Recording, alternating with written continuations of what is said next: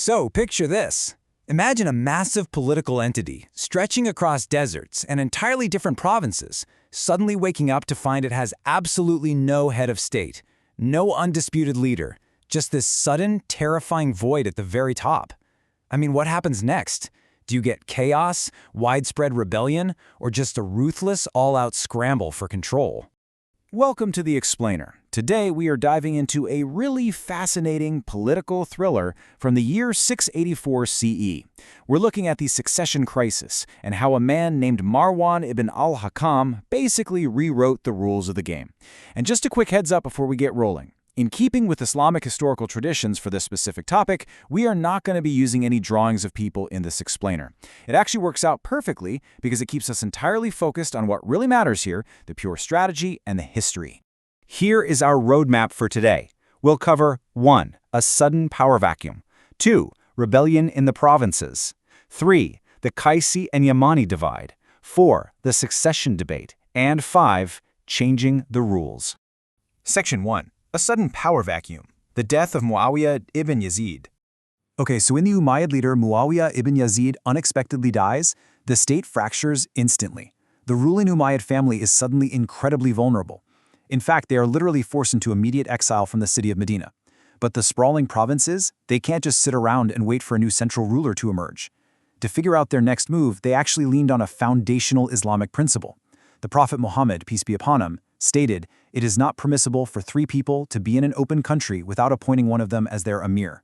This wasn't just practical advice. This profound directive meant that these suddenly leaderless provinces had an urgent legal and moral duty to appoint interim leaders, just to keep basic order and justice from collapsing.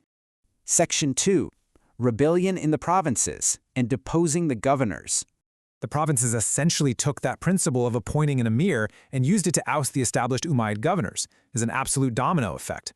Down in Basra, Ubaydallah ibn Ziyad was deposed because the locals hadn't forgotten his role in the tragic killing of al-Hussein. So they just pull their allegiance and elect their own interim leaders.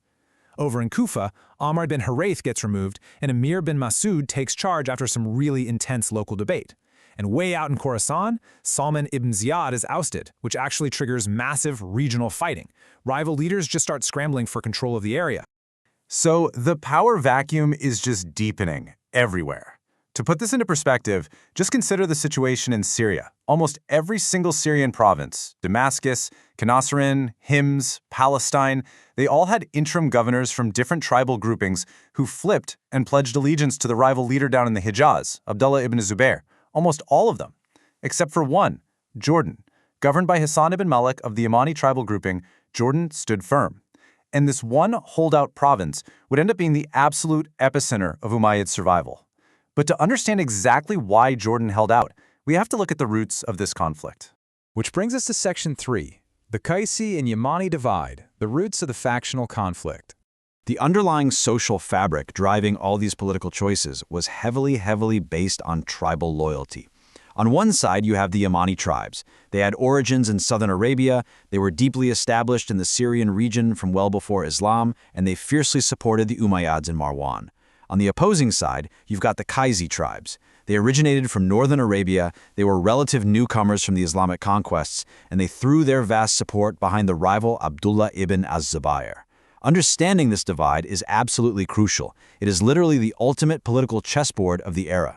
But you know, there's a really tragic irony here. The term asabiya translates to tribalism or partisanship, and the Prophet explicitly warned against this, stating that fighting for a cause advocating tribalism leads to a death of ignorance, or jahiliyyah. But despite this profound warning, in a time of severe crisis and political instability, the state fractured exactly along these forbidden tribal lines. Which brings us to the climax of our story. Section 4. The Succession Debate. The 40 Days at Al-Jabiyah. The future of the entire empire was going to be decided at this high-stakes summit. Banu Umayyah and their Yamani supporters gather at a place called Al-Jabiyah, and for 37 days it is an absolute pressure cooker of negotiations. Finally, the interim leader, Hassan ibn Malik, basically steps up and says, "Time's up." He sets a strict Thursday deadline. They have exactly 3 days to finalize their debate and make the final pledge of allegiance, the bay'ah. This 3-day rule wasn't random, by the way. It was a recognized standard originating all the way back to Umar ibn al-Khattab. So the clock was officially ticking. And the debates were fierce. We are talking about a historical boardroom takedown. Several candidates are proposed, but listen to how the prominent figure Roa bin Zinba just forcefully eliminates the first two heavyweights. He argues against Abdullah ibn al-Zubair, calling him a hypocrite who shed blood and broke the unity of the Muslims.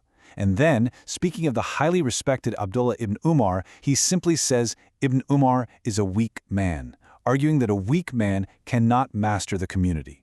Boom! Just like that, two major contenders are verbally struck from the record. Then there was the candidate, Khalid bin Yazid. He had super strong Yamani backing because his mother was from a Yamani tribe, and some argued he'd naturally favor their interests. But listen to this argument from al-Husayn ibn Numayr. The Arabs will not come to us with a sheikh while we go to them with a youth. Khalid, despite his pedigree, is rejected purely for being too young and immature. In a fractured state, they felt they desperately needed a seasoned veteran. So, that leaves Marwan ibn al-Hakam. He clinches the nomination through sheer seniority and this long track record of repairing splits in Islam. But it wasn't just his resume. Powerful narratives helped push him over the finish line too. Al-Husayn ibn Numayr actually claims, "In a dream I saw a candlestick suspended from the heavens. Marwan reached out for it and got it." Between his political experience and compelling stories like that dream, Marwan successfully secures the Pledge of Allegiance. But as we're about to see, winning the nomination was only half the battle. Section 5. Changing the rules and securing the dynasty. Once Marwan wins, he immediately sets out to manipulate the mechanics of succession to ensure his own family stays in power. And to understand exactly how he pulled this off, you need to know this term, Wali ul-Ahad. It simply means the heir apparent, or the designated successor to the Khalifa. You see, Marwan's victory actually came with strings attached. The original deal was a fragile compromise. Marwan gets the pledge on the strict condition that the young Khalid bin Yazid would be his first successor and Amr bin Said would be his second. This kept all the different Yamani factions happy. But, well, Marwan had absolutely every intention of breaking this promise. Now you might be wondering, how do you legally justify naming multiple successors in advance like that anyway? Scholars later pointed to this specific legal reasoning, or ijtihad, to explain it. You can see how they drew a parallel from military succession. The Prophet had actually delegated 3 successive commanders for the army at the Battle of Mu'tah, just in case one fell in battle. So for political succession, the scholar al-Mawardi argued that if it was permitted for a military emirate, it was permitted for the Khilafah. It was an unprecedented move, but it was the exact loophole Marwan used to stack the deck. Because Marwan didn't want Khalid or Amr to succeed him at all. He wanted his own sons. Let's walk through his brilliant, calculated political maneuvers. Step 1.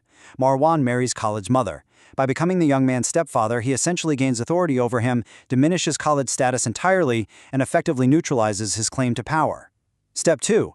To get rid of the second successor, Amr bin Said, Marwan has Hassan ibn Malik orchestrate a sudden, very public pledge directly to Marwan's own 2 sons, Abdul Malik and Abdul Aziz. Completely caught off guard, the crowd just follows suit, and just like that, the original agreement is completely bypassed. Power is secured strictly for his immediate family. Marwan saved his dynasty, for sure, but he forever altered the political landscape of the Islamic Empire, which leaves us with a pretty vital question to ponder.